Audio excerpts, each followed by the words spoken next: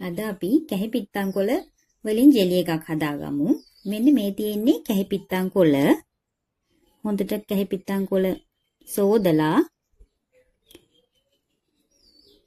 පිරිසුදු කරගෙන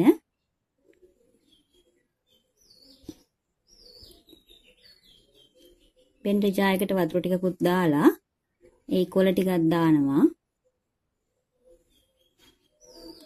මේ ශාකය මේ වැලක් විදියට හටගන්නේ.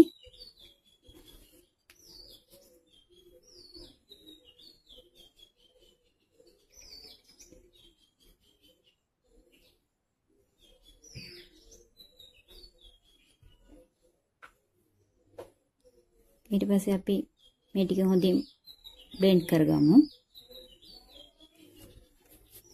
ඉස්සෙල්ලා ඉතින් මේ වගේ දේවල් කොටා ගatti වං ගෙඩියේ. දැන් බ්ලෙන්ඩර් එක තියෙන නිසා අපිට ගොඩක් පහසුයි.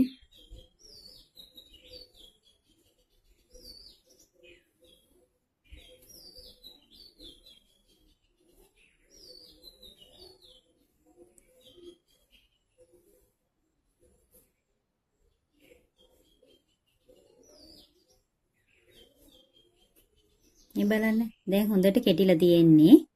අපි දැන් මේක හොඳින් පෙරා ගන්න ඕන.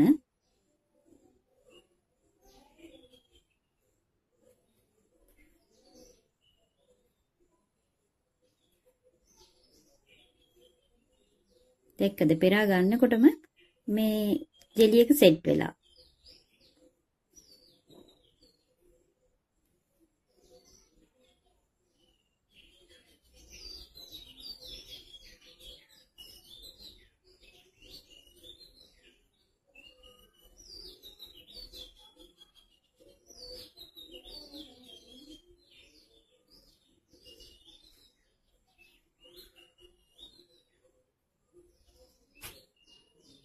මේ බලන්න ලස්සනට තියෙනව නේද ජෙලි එක.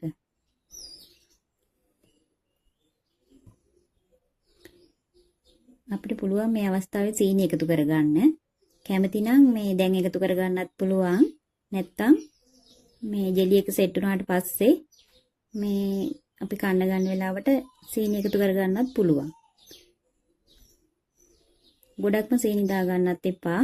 මොකද දේවැඩිය ආරෝගිනුත් මේටත් ගුණදායක දෙයක්නේ. හොඳින් සීන් ටික අපි කවලම් කරගෙන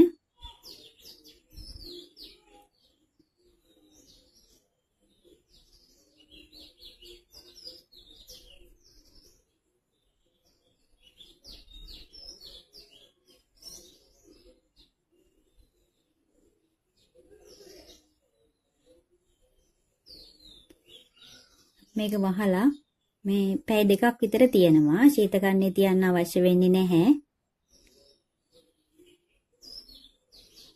මේ බලන්න පැය දෙකකට පස්සේ මගේ ජෙලි එක සෙට් වෙලා.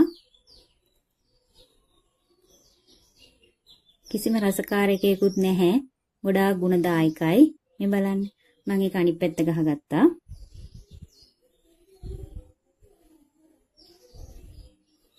බලමු කෑල්ලක් කපලා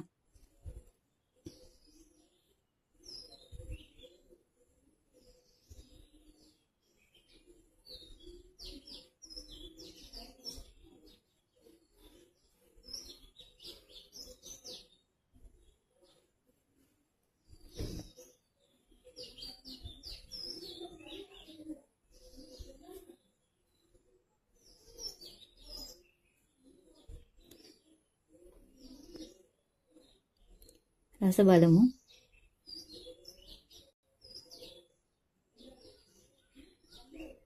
ඇත්තටම හරිම රසයි. මොකද කිසිම රසකාරකයක් දැම්මෙත් නැහැ. ඒ කොළයි සීනි වතුරයි විතරයි දැම්මේ. දියවැඩියා රෝගීන්ටත් ආර්සස් රෝගීන්ටත් ගොඩක් ගුණදායකයි. ඒ වගේම